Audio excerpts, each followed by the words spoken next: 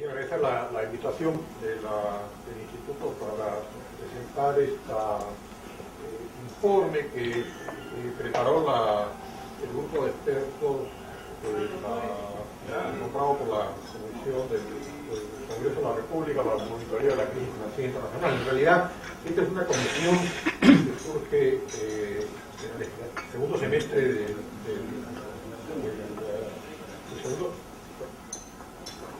del segundo semestre del 2009, o sea, ya iniciada la crisis. Y como saben ustedes, fue una comisión convocada bastante amplia, entonces en realidad todo su evolución, las discusiones tuvieron que ser en subgrupos, de manera tal de a lo largo de los meses en los que estuvo en vigencia las reuniones y participaciones, que hubo una con la ministra de Economía, otra con el presidente del Banco Central, con el propio presidente de la República. Hubo un debate que de alguna manera trato de recoger en este informe, que después fue presentado a todos los miembros de la misma, y recogieron algunas observaciones a este informe. Entonces, de manera tal que la suma del informe con las observaciones de alguna manera puede considerarse que recoge la opinión de este grupo.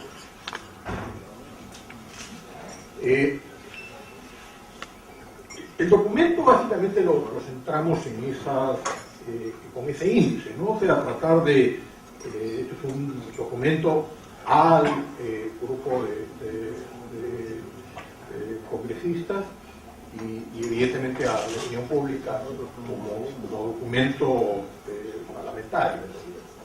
Quisimos centrarnos en la crisis financiera internacional, qué lo había causado, cómo se había generado, cuáles eran las características de la economía peruana ante la crisis, cuál fue la reacción de los diversos agentes de la crisis, el impacto que la crisis finalmente había tenido en la economía peruana, algunas lecciones hacia el futuro, y perspectivas de mediano plazo, y un anexo que incluían algunas observaciones al informe. Este es un cuadro que tratamos de recoger de la opinión de los participantes respecto de qué es lo que causó la crisis, ¿no? Hubo una política monetaria expansiva por un buen tiempo, una regulación financiera que ahora ya es clara que fue inadecuada o insuficiente, que estos dos fenómenos generaron un mayor apetito por riesgo, un creciente endeudamiento de Estado, empresas y familias, contabilidades un tanto opacas, en parte por el tema de regulación, una interrelación financiera global creciente también, y todo esto generó estímulos al crecimiento económico en el periodo previo a la crisis, algunos desequilibrios macroeconómicos y la formación de burbujas. Burbuja es un tema que probablemente no está suficientemente estudiado en la teoría económica, ¿no? Y que los mercados más afectados habían sido el de crédito, el de las viviendas y el de las acciones. Por ejemplo, un ejemplo de la política monetaria expansiva es la tasa de interés real en Estados Unidos entre el periodo que está debajo de la línea, entre el 2002 y el 2006, fue realmente negativa, ¿no? Entonces, en realidad uno podía endeudarse del banco, comprar ladrillos y terminar el año con una posición mejor. Había una actitud por estimular el crecimiento. La Reserva Federal de Estados Unidos mantuvo tasas negativas a partir del año 2001. El tema de la regulación. El año 33, como consecuencia de la crisis 30, hubo esta famosa ley Glass-Steagall de Estados Unidos, que se llamó el Banking Act, y en realidad lo que daba es un seguro de depósito y una separación clara entre la banca comercial y la banca de inversión.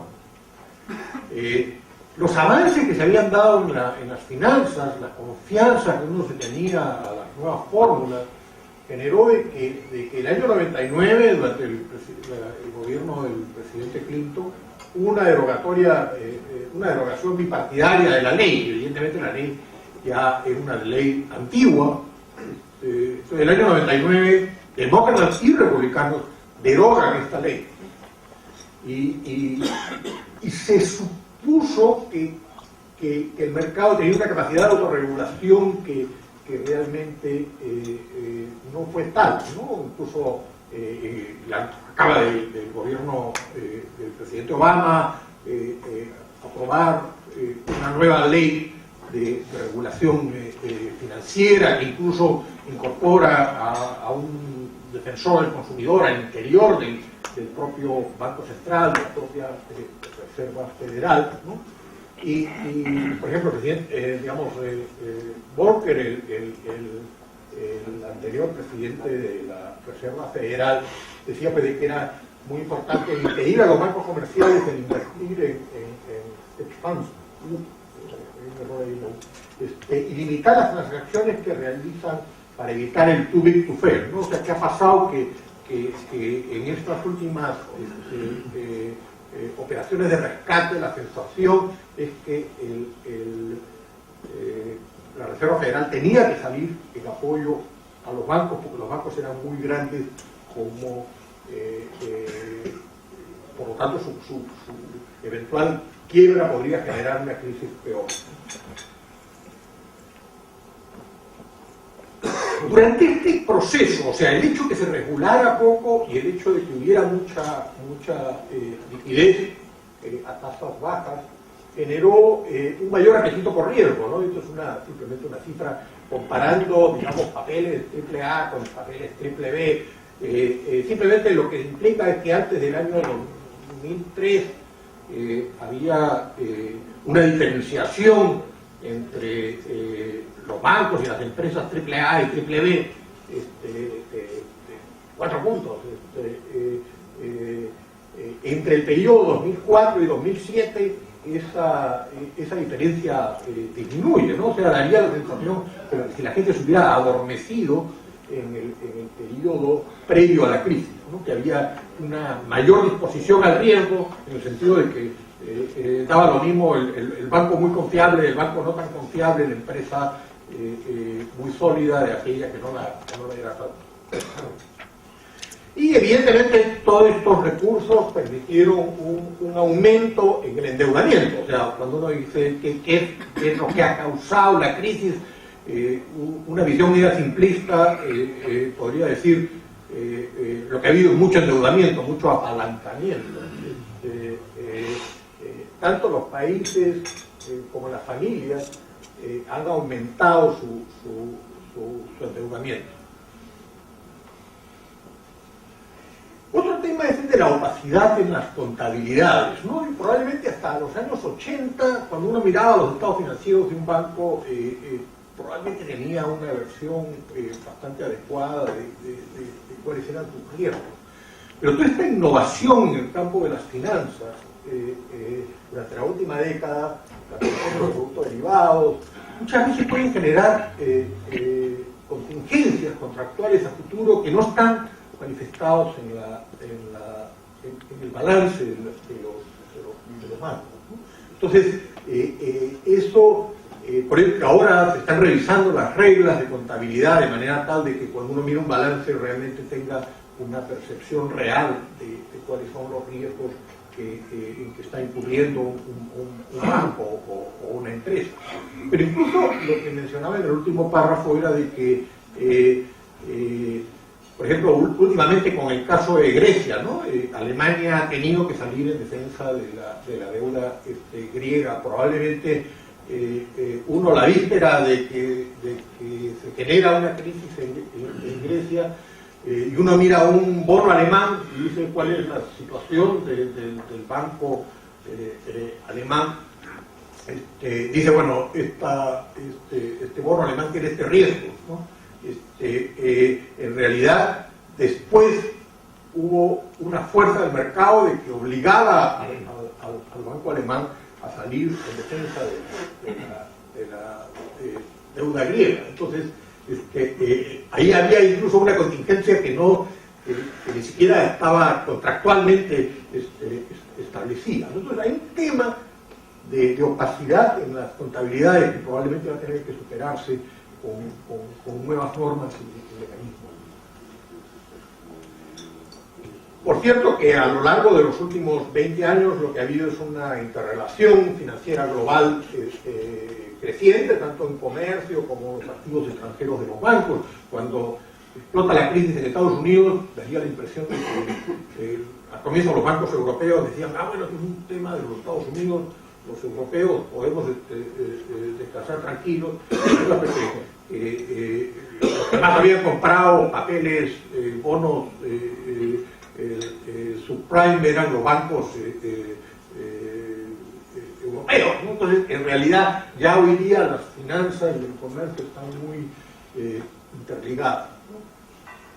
Y evidentemente, toda esta etapa, o sea, la etapa previa a la crisis, 2000 a 2007, el PBI mundial creció de una manera significativamente mayor que digamos, en el periodo de los 80, de los 90. El crecimiento promedio de la economía mundial era 4.2%, ¿no? Entonces, ha habido ahí una situación de exceso, de sobreendeudamiento, de facilitar todo, como que de alguna manera revienta, ¿no? También ahí se nota en el rojo el superávit de China y en el azul el déficit de Estados Unidos. De alguna manera, China ha logrado su desarrollo en base a exportaciones que le compraban a los Estados Unidos en base a una capacidad de endeudamiento de Estados Unidos que de alguna manera estaba facilitada por el superávit chino, ¿no? Había este excedente chino, era la contracara del déficit americano. Cuando uno mira las cifras para el año 2000 y 2007, 2006 y 2007, están hablando de posiciones de déficit muy elevadas, a punto tal que el ahorro en las familias americanas casi era inexistente porque en el fondo tenían una capacidad de endeudamiento muy grande, facilitada por excedentes que había en el gobierno, perdón, en la economía china, ¿no? Esto evidentemente ya se ha empezado a corregir, pero constituye todavía un tema de tensión en las relaciones entre los países. Esto es el tema de las burbujas. Cuando uno dice qué pasó en la crisis de los 30, yo creo que Milton Friedman escribió un libro muy bueno sobre la explicación de los años de la crisis de los años 30. E incluso Bernanke, el actual presidente de la Reserva Federal, también es un gran estudioso de todos estos años, ¿no? Y plantearon una teoría muy concentrada en la política monetaria. La política monetaria es lo que había explicado muy bien digamos, los eventos económicos en los 30. Sin embargo, yo cuando estudié economía nunca tuve un capítulo de burbujas. En realidad, la economía también tiene burbujas, ¿no? Desde la tulipanía en el siglo XVII hasta la crisis de Japón en los 90. O sea, casi que hoy día un estudiante de economía tiene que buscar Wikipedia para saber un poco más de burbujas. O sea, probablemente los textos macroeconómicos, o sea, una consecuencia de esta crisis, que tal vez en en el futuro a las burbujas o al estudio qué es una burbuja y por qué se da, todo el componente psicológico que hay va a ser incorporado como uno de los capítulos más complejos y más difíciles de desarrollar en la macroeconomía. ¿Qué se da? Evidentemente se da una pérdida de valor de los activos. Se asumía de que en Estados Unidos a la gente le permitían endeudarse en una hipoteca solamente pagando el 5% de cuota inicial, y la premisa era de que las casas siempre suben de precio.